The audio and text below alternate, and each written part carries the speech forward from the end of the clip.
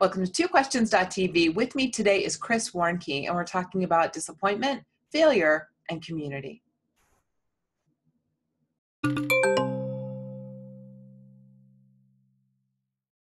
Welcome to twoquestions.tv. I'm Susan Baroncini-Moe. Joining me today is Chris Warnky, the father of American Ninja Warrior favorite Michelle Warnky, who you've seen on this show before. And in October, last October, podcast listeners, that's episode 36. Chris competed in the American Ninja Warrior 2017 Cleveland City Qualifier and several National Ninja League qualifiers.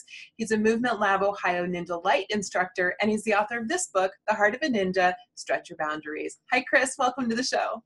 Hi, Susan. Great to be here. It's so nice to meet you. Yeah. Michelle's dad. Right.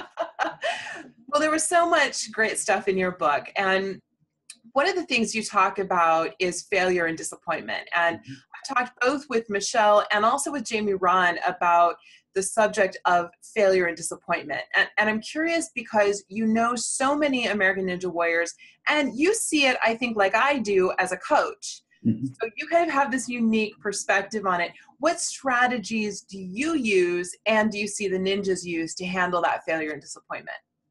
Well, I think one key thing is to know that failure is a part of the process. Yeah. So rather than failure is a bump in the road, that it's like, what happened and it throws me off keel. Sure. Literally to know that failure's coming, I'm going to have to deal with it. And I'm going to probably deal with it a number of times is one of the key ways that I think so many ninjas have to deal with it. If you think about a typical competition, literally, if you could have 100 ninjas out competing, you may have 2 or 3 of the 100 that come out of the night feeling like, yes, I did it. Exactly what I expected to do. Right. The other 98 are going to say, I cannot believe that I fell on this, that I missed that step, that I grabbed wrong, and I had so much more in me. So they know that so often failure is going to be a part of the process. Yeah. Well, I think that's a really important piece. Just knowing it's going to happen kind of helps you give it a name and prepare for it and not be so upset when it happens, maybe. Right. Yeah. And it's not that you don't kick yourself and you process over and over and over again, why did I step there with my right foot? And you know, the key is in ninja world, what's really fun and it really can relate to real life, is that you take that situation and you come and you work as hard as you can to mimic it again. Yeah. In my basement, in my garage, at a ninja gym, I try to set up that scenario as close as I can. And I go through it and I go through it and I go through it until I find the technique that I need to use to beat it. So you just constantly are driven by trying to figure out a way to beat it the next time. Well, I think that's true in life as well, don't you? I do to some degree. It applies to life, but I think it's very easy for us to get really frustrated with a failure and we don't. Take that obstacle, try to analyze it, come back and literally get back on it over and over and over again. Sometimes we just like, I went that again. Yeah.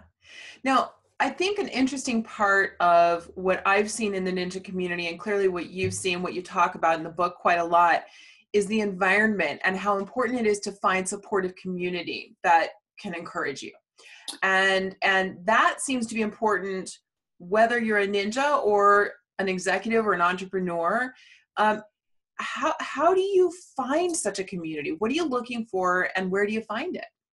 Yeah, I tell you what, it is very difficult to find. It is hard to find a group of people that believe in you, support you, encourage you in your failures, and absolutely celebrate with you in your successes. Yeah. Sometimes that can come from family. I will tell you that in my experience in the ninja world, and it's partly because of all of the failure that ninjas face left and right, they also face a tremendous number of victories that they experience. So what is so much fun about the ninja world is that literally you have people around you that can relate to what you do and are constantly there supporting you in failure and in success. And I find it very difficult to find a group of people like that outside of the Ninja Gym, frankly. Mm-hmm, mm-hmm. You know, that was actually what provided so much appeal for when my husband and I, many, many years ago, started watching the Sasuke competitions, because it was the environment, the culture that was so appealing.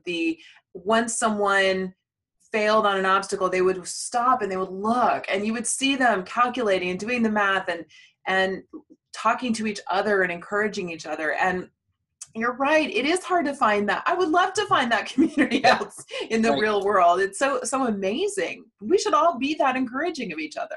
We should. And I'll tell you a recent experience with teaching Ninja Lite. We had a woman join our group that many people would consider a total non-athlete. That's probably going to be me when I come out there.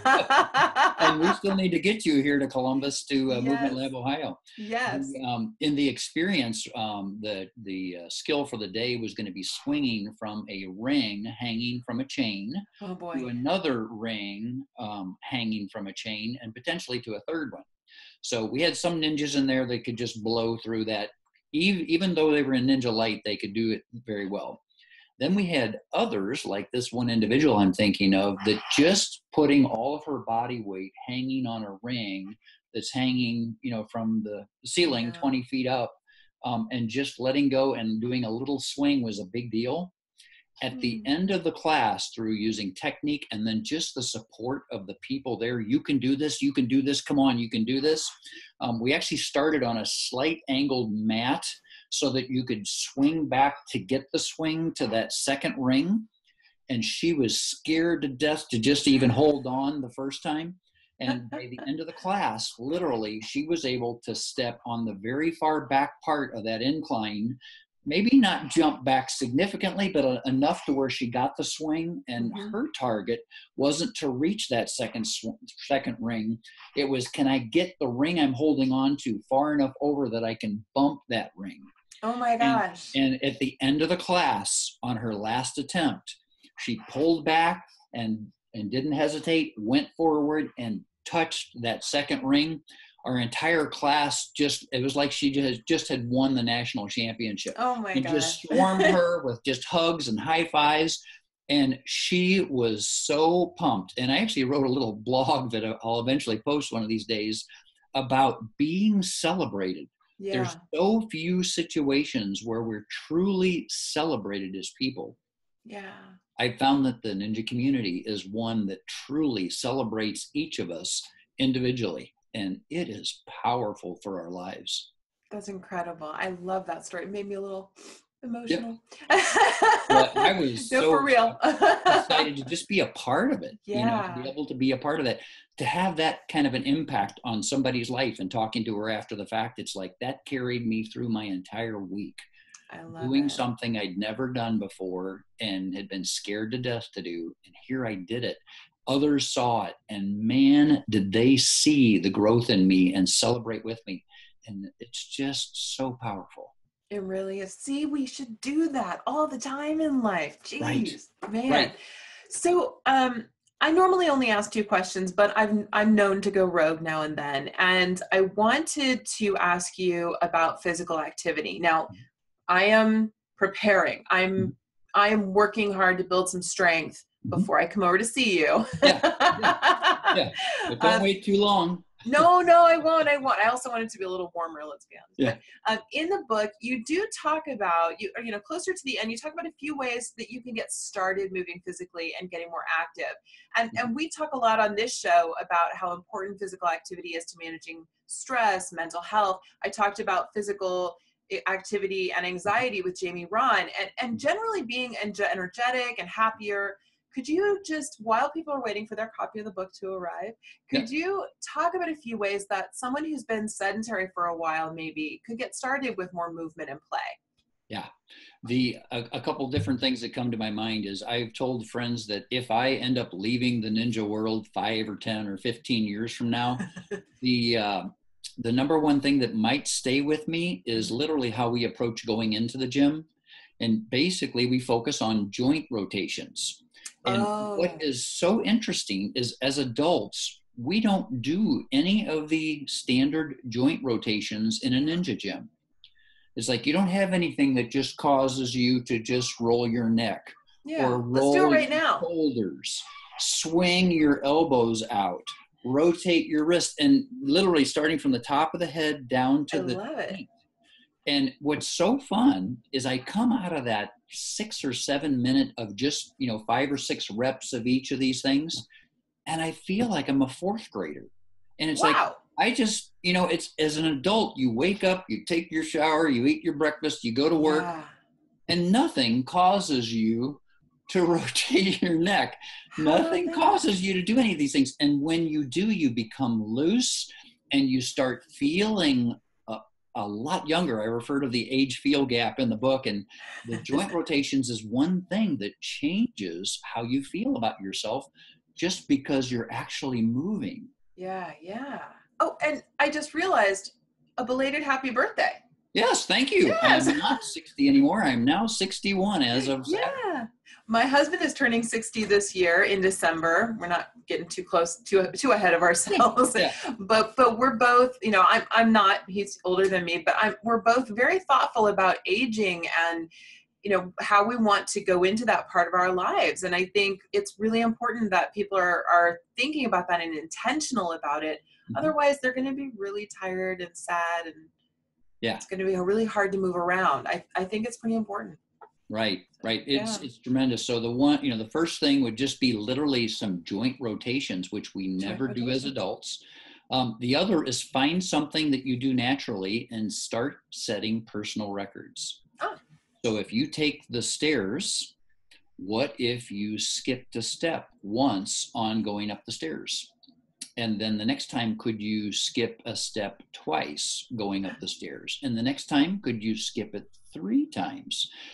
Then, literally, can you actually skip 2 steps? So if you take natural things that you do and just say, if I wanted to have a little fun with this, what's a different way to approach it that would be a new level of skill for me?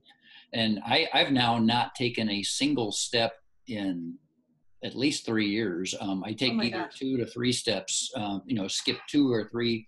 I skip 1 or 2 steps anytime I'm doing any stairs of any kind. So I always have to wait for the people in front of me to be fully clear because I'm taking an entire step.